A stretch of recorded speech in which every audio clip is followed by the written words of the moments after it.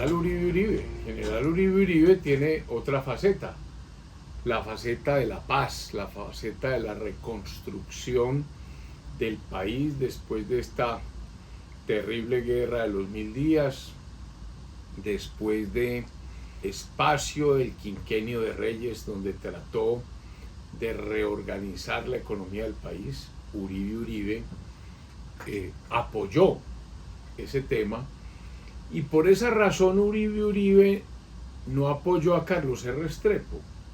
Observen eso importante, los antioqueños somos antioqueños, pero también somos muy críticos de los propios antioqueños. Carlos R. Restrepo, antioqueño, fundador de la Unión Republicana. Rafael Uribe Uribe, antioqueño, el uno de origen conservador, el otro de origen liberal. No por ser antioqueño hay que alcahuetear o apoyar las cosas por ser coterráneo. Uribe Uribe era de otro talante. Uribe Uribe empieza a plantear cosas muy importantes. Hombre, hay que buscar la alternancia de los partidos. ¿Para qué? Para acabar con esta, digamos que radicalismo entre ambos ideológica que nos llevó a las guerras civiles. Es que llevamos en guerras civiles comenzando con la de 1853, la guerra de los conventos, la guerra de los supremos, las guerras de Mosquera, la guerra de 1876, la guerra de 1885, la guerra de 1895, la guerra de los 1000 días. O sea, esto tiene que modificarse sustancialmente, y entonces dice, hay que reformar el código de elecciones, el tema electoral, hay que garantizar la pureza del sufragio. No puede volver a pasar lo que le ocurrió a él en el gobierno de Caro, que era el único representante liberal. ¿Cómo así que la mitad del país que es liberal solo eligió un representante liberal? Y es donde lanza su célebre discurso los representantes espurios, reclamando él solo esa injusticia. Entonces busca pureza en el sufragio. También aboga por una política internacional más seria. ¿Por qué? Por el zarpazo de Panamá. Es que no puede ser que Colombia se crea. Hay que considerar las realidades. Colombia no es un imperio. Los Estados Unidos son un imperio. Uno no puede, por simplemente orgullo, enfrentarse a los Estados Unidos. Yo creo que lo de Panamá fue muy mal manejo de la situación.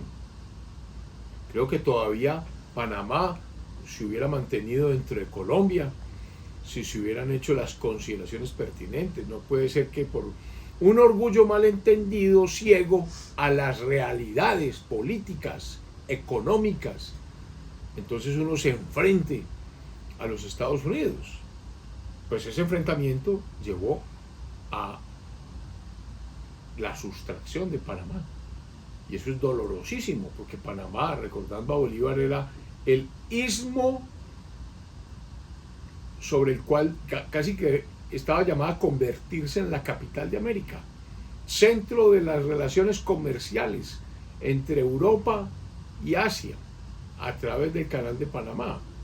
Esas cosas no se podían perder de vista. Entonces Uribe Uribe habla de eso, de la importancia de la instrucción pública, la educación pública, la cantidad de personas que no pueden acceder a colegios privados. Y como era hombre de campo, hacienda El Palmar, en Valparaíso, la hacienda que tuvo su padre, que no recuerdo en este momento el nombre, era un hombre de campo, como todos los antioqueños, como dice la canción, soñamos con un negocio en el cielo y una finca en el sol. Las fincas. buscaba un plan para fomentar y tecnificar la agricultura. Tecnificar la agricultura. Yo no puedo seguir plantando como se plantaba hace años. Por ejemplo, el café. Muy excelente la industria del café. Pero aquí, por costumbre, se decidió que el cultivo del café tenía que ser bajo sombrío. Y obviamente eso da una mejor calidad. Pero para competir en el mercado internacional, donde se requieren grandes extensiones, grandes cargas de café, pues el Brasil nos cogió ventaja y allá comenzó a sembrarse café sin sombrío. Pues Uribe atisbó algunos de esos conceptos para sembrar café sin sombrío, y eso daba mucha mayor cantidad. Por eso se acabó el pacto cafetero y la Organización Mundial del Café. Por eso Brasil nos acabó. Sí, somos los mejores en cultivos suaves, pero poquito.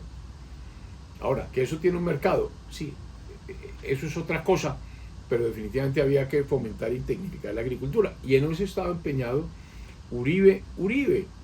Es decir, Uribe empieza a salirse del esquema de el hombre de partido para volverse, digamos que un patriota, y ese lenguaje nuevo de Uribe no lo entendieron bien sus adversarios políticos dentro del Partido Liberal, y entonces los ataques a Uribe se volvieron más violentos en la prensa y dentro de su mismo partido. Entonces él, al verse atacado, forma un bloque para defender todas estas ideas. Eso se llamó el bloquismo liberal que lideraba Uribe, y contra ese bloquismo liberal desaparecen los enemigos. Obviamente el Partido Conservador, obviamente está Carlos R. Restrepo, y el Partido Conservador, ¿quién lo está liderando en este momento?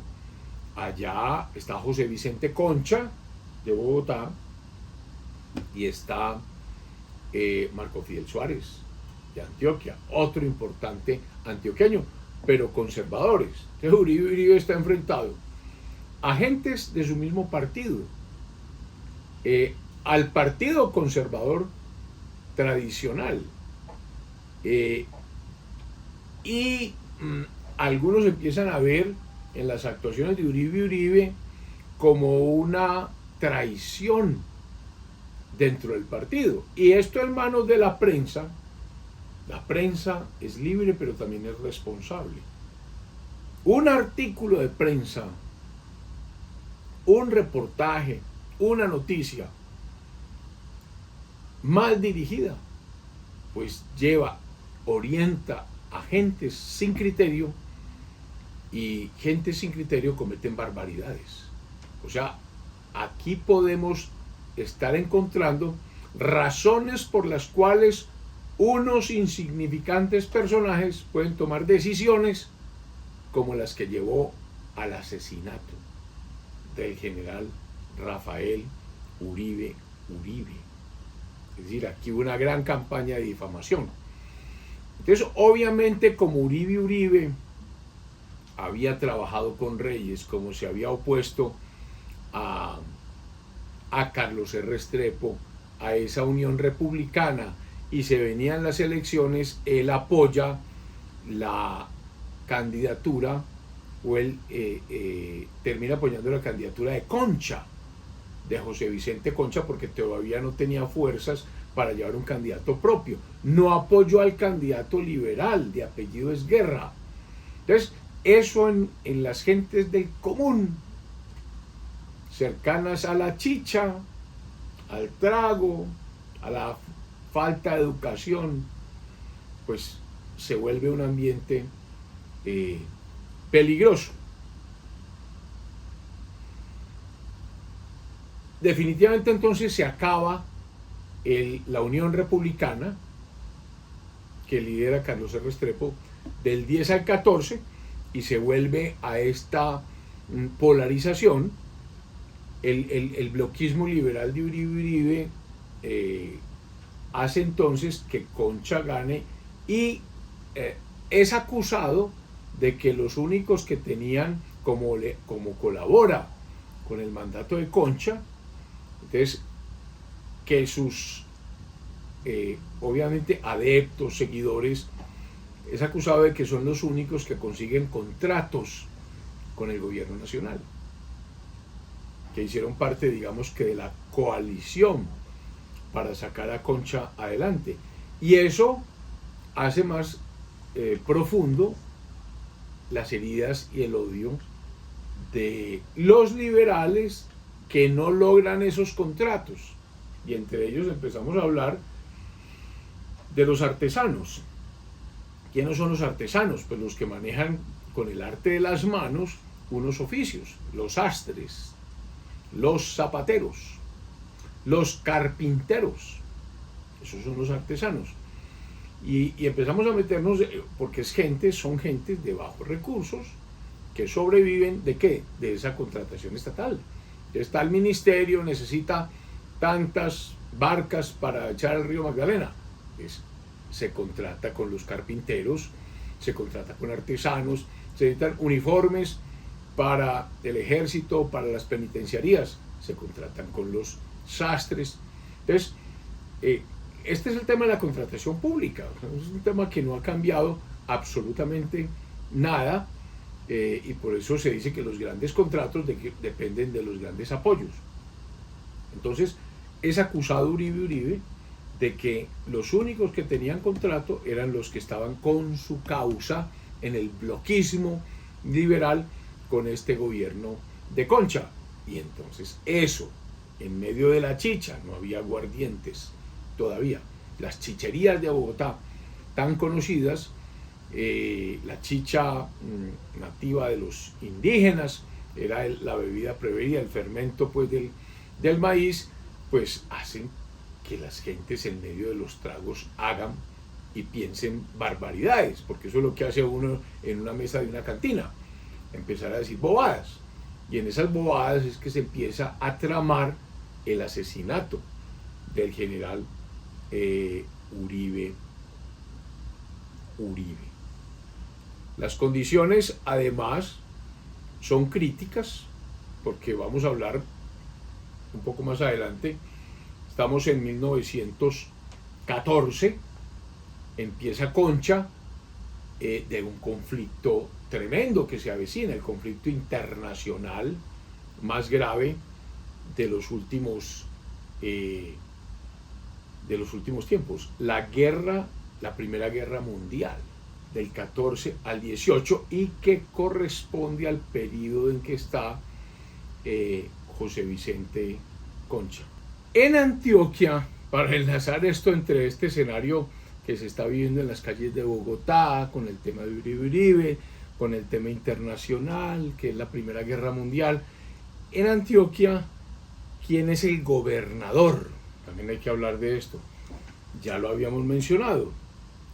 Un hijo del general Pedro Justo Berrío, a los Berrío, que han dado tanto a nuestra región. Pedro Justo Berrío, el general Pedro José Berrío. El general Pedro José Berrío es nombrado por segunda vez gobernador de Antioquia en este periodo de Concha, del 14 al 18. Y es muy importante Berrío en este periodo porque Berrío miró a Urabá. Pedro José Berrío mira a Urabá. Se notaba que era una tierra de promisión, por lo tanto pide apoyo, no tiene recursos y ve fundamental que se organicen misiones catequizadoras. La iglesia juega papeles muy importantes cuando hay indígenas. ¿Por qué? Porque la iglesia tiene esa vocación el catecismo, catequizar. Eso no es una invasión, eso es forma de llevar civilización. Civilización. O sea, por eso descubrieron América. El gran aliciente que tuvieron los reyes católicos fue la catequización, la evangelización. Allá Berrío dijo: Aurabá, hace falta una misión catequizadora, hay que educar, hay que llevar la civilización a Urabá. Era deficiente el servicio administrativo, no había buena comunicación, había climas insalubres. Dictó una ordenanza en 1915 la Asamblea de Antioquia para mejorar la situación de los empleados que entonces se enviaban a Urabá, y para organizar caminos, que es que sin caminos no hay mercado. Yo cómo voy a sacar productos de Urabá o llevar productos a Urabá, y esa es la costa de Antioquia. Entonces el tema de caminos era fundamental, por lo que el general Berrío, Pedro José, organiza en 1917 el funcionamiento de una escuela de agricultura tropical y veterinaria, que comenzó labores el 9 de octubre de 1916 y designa como director al doctor Eduardo Zuleta, que fue y se envía como uno de los primeros profesores a don Joaquín Santamaría Herrán, que fue el primer agrónomo antioqueño que llegó graduado de Francia. Es más, cuando termina la gobernación de Berrío, ya existían estudios técnicos avalados en los Estados Unidos para resolver el problema del paso de la quiebra. ¿Cuál paso de la quiebra?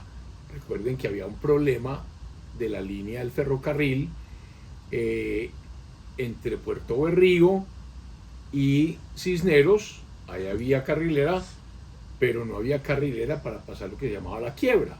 Entonces había que hacer un túnel, y había carrilera, pero ya de Santiago hacia Medellín. Entonces se hacen esos estudios en el gobierno del general Pedro José Berrío para hacer el famoso túnel de la quiebra, en el que participó tan activamente este ingeniero cubano Cisneros. Inclusive, aquí hay una cosa fundamental, también en esta época del 17-18 ya habían comisiones que contemplaban la posibilidad de un ferrocarril a Urabá, y no hemos podido hacer el ferrocarril a Urabá hace 100 años. 100 años. ¿Cómo es posible que ya existan estudios del ferrocarril a Urabá y ese tema está en veremos? Recordemos que hoy en Europa el transporte rápido es por tren, porque un tren no lo para el mal tiempo. El tren es la vía de comercio rápida, y hay que buscar soluciones. Esto no se puede dejar en manos simplemente de los dueños de unas tractomulas, porque una tractomula tiene unas demoras muy grandes, y una tractomula es un vagón de un tren. Imagínense un tren con 100 tractomulas a una velocidad, no la para, no hay un paro que logre obstaculizar el desarrollo de un país. ¿Quién se la va a meter a un tren? Y a un tren rápido.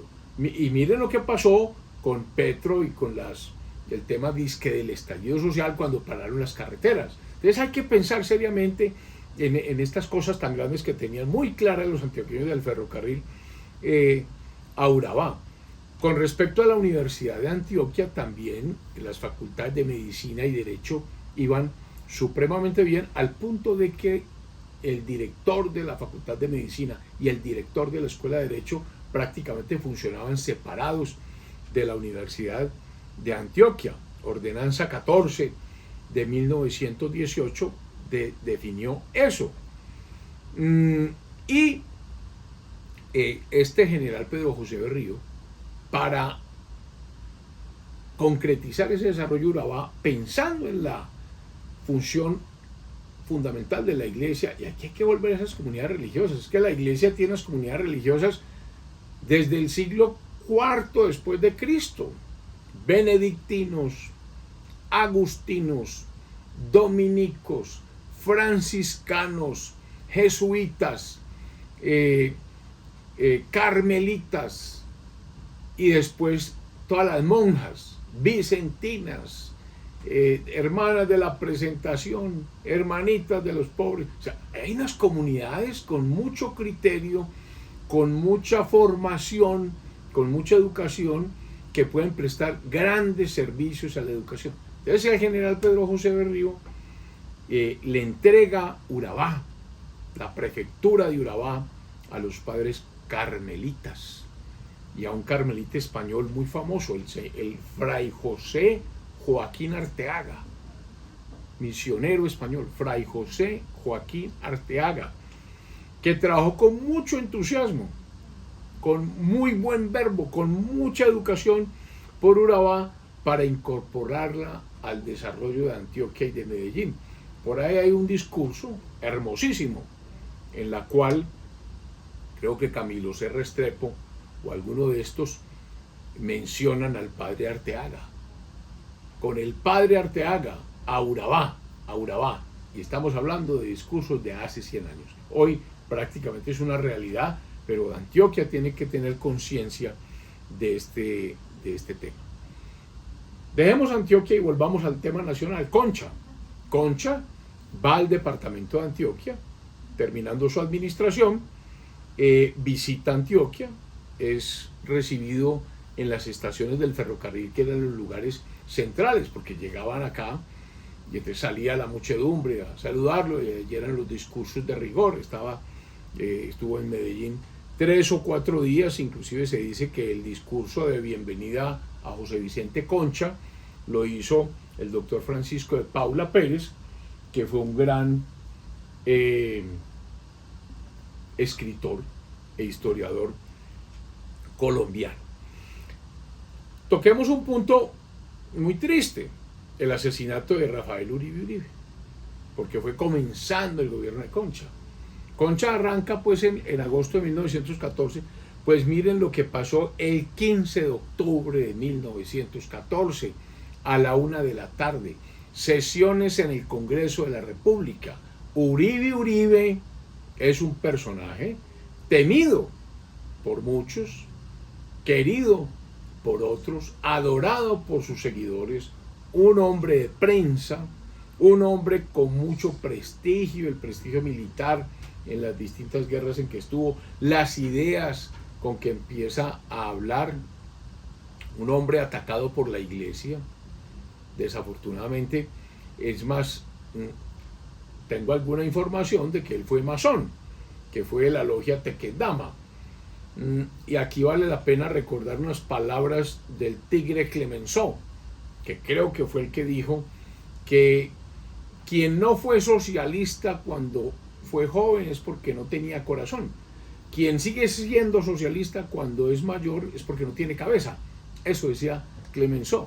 Entonces hay que entender este tema de las logias.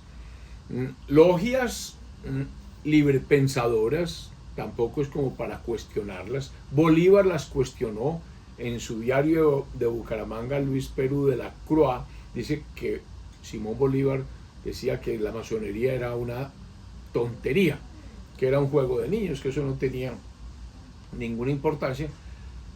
Pero en esta época, 1914, todavía las logias juegan un papel importante y son lugares, clubes de discusión, para mantener un poco separado el tema político del tema religioso. Es básicamente el asunto.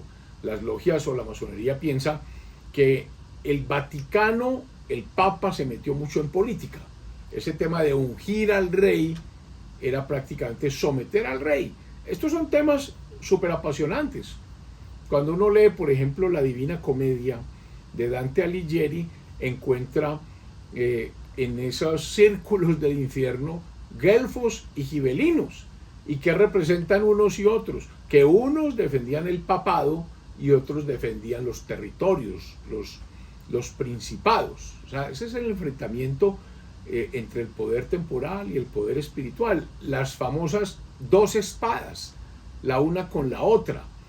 Y básicamente es lo que pasa con el tema de la logia. Entonces yo creo que Uribe sí perteneció a la logia, pero era cristiano. O sea, como dicen algunos, los conservadores van a misa de 11, pero los liberales van a misa de 6 de la mañana. O sea, el tema religioso, por lo menos en Antioquia, está muy incorporado a ambos. Tal vez es para que no se metan menos los líderes, los obispos. Inclusive el obispo de Bogotá, Bernardo Herrera Restrepo, arzobispo de Bogotá, hablaba mal de Uribe Uribe. Lo cierto del caso es que Uribe Uribe se dirige a la 1 de la tarde, después de almorzar, de su casa en el centro de Bogotá al Capitolio Nacional, y su casa estaba en la calle Novena, y llegando al Capitolio fue atacado por 2 artesanos, 2 carpinteros, Leovigildo Galarza y Jesús Carvajal, los famosos Galarza y Carvajal. ¿Quiénes prepararon el asesinato? Porque hay testigos de la preparación. Ellos fueron socios en una carpintería, ellos parece que no tuvieron contratos con el Estado, por lo que explicamos anteriormente, estaban mal de deudas y además de eso asiduos visitantes de las chicherías. Ya, miren el tema del licor tan complicado. Uno sin empleo y tomando trago, pues se acaba de gastar lo poco que tiene, además de destrozar un hogar. Entonces estos 2 no tenían hogar, no, pues con hijos, formado, organizado. El problema de las familias, las crisis de las familias, esto es viejo, esto pues no es de ahora que hay crisis, no, hace rato viene el tema. Algunos de ellos dicen que participaron en las guerras de los 1000 días. Obviamente cuando viene un soldado después de tantos años, después de hacer locuras, pues no es el mismo el soldado que sale a la guerra que el soldado que llegue a la guerra. Indudablemente las guerras no son buenas, y menos una guerra civil donde se cometen barbaridades. 40 hombres que llegan a una finca sola y encuentran a 3 niñas, hacen locuras, y eso mezclado con el aguardiente que paraliza el cerebro o paraliza las entendederas, pues complica las cosas. Lo cierto del caso es que lo único claro es que fue asesinado a golpes de hachuela a la 1 de la tarde el general Rafael Uribe Uribe. Lo llevan moribundo, muy mal, a la casa, y al otro día, siendo la 1 de la mañana, fallece el general Rafael Uribe Uribe, asesinado, y todavía no se sabe quién fue el autor del asesinato, si fue obra de Galarza y Carvajal, como lo fue el asesinato de Gaitán por Roa Sierra, una decisión de ellos 2, o habían otras fuerzas. Aquí lo que hay es conjeturas. Yo hasta me he puesto a leer digamos que la instrucción pública que se hizo, los distintos testimonios, y definitivamente no hay nada claro. O sea, enemigos tenía todos los que usted quisiera. Enemigos políticos de gran calado. Claro, él dirigía el bloquismo liberal. Dentro del propio partido, claro que sí. Él era enemigo de los conservadores, pero claro que sí. O sea, los discursos de Uribe Uribe contra los conservadores, el de los representantes espurios, cuando Caro, él era enemigo de Caro y de Núñez.